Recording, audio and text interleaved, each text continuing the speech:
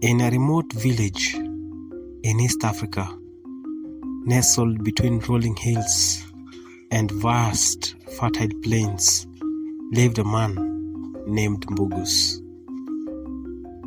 Mbugus was known throughout the village for being cunning and ambitious. He had spent years toiling on his small plot of land, dreaming of wealth and power. His dream seemed within reach when his older brother, Kim, who owned a vast and fertile piece of land, passed away suddenly.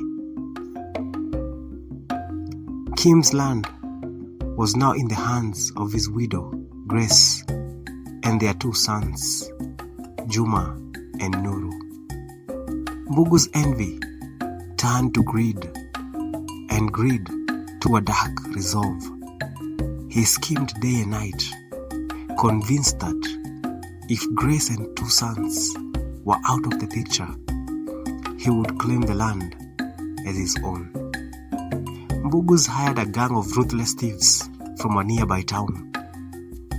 He met them under the cover of darkness, offering a substantial sum of money to ensure they will do the job without question.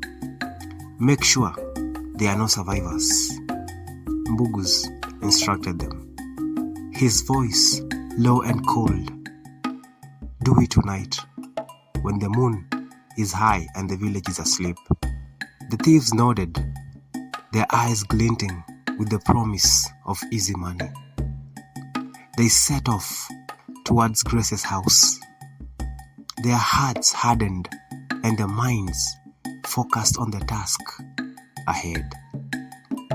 That night, the village was bathed in a soft, silvery glow from the moon. The air was still, and the only sounds were the distant chirping of crickets and the occasional hoot of an owl.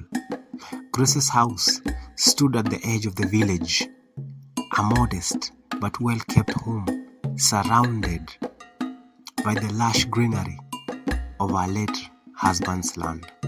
The thieves approached the house silently, their footsteps muffled by the soft earth. The leader of the gang, a burly man with a scar running down his cheek, knocked on the door.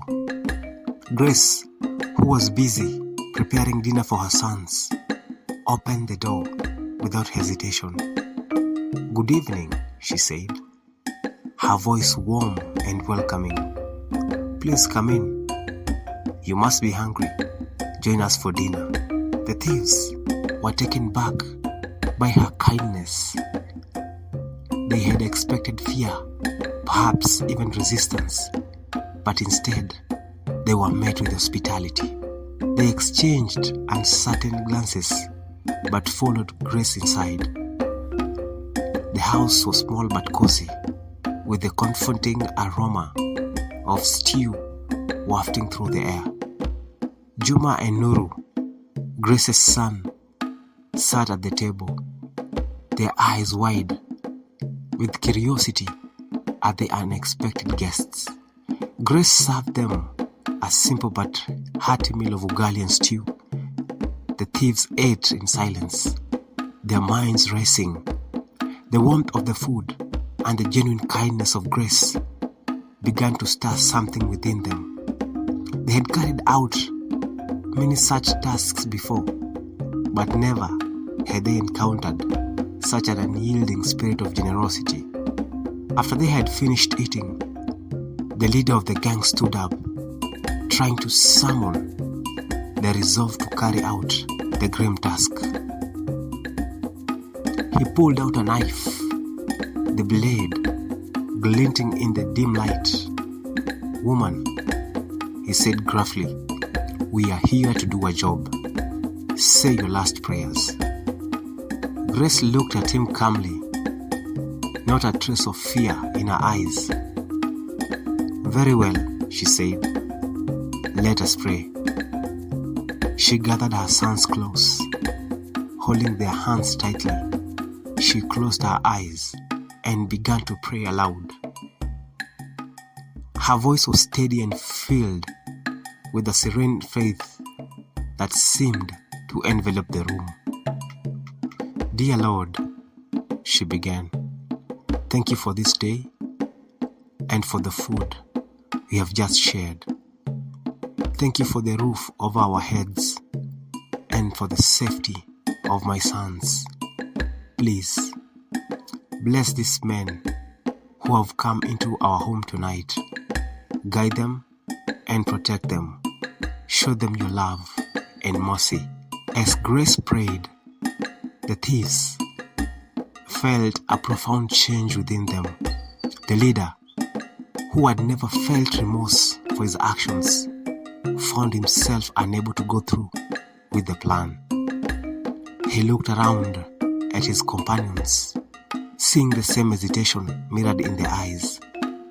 One by one, they quietly left the house, leaving Grace and her 2 sons unarmed.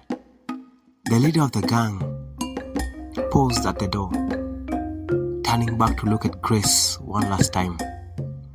"Thank you," he whispered, his voice choked with emotion.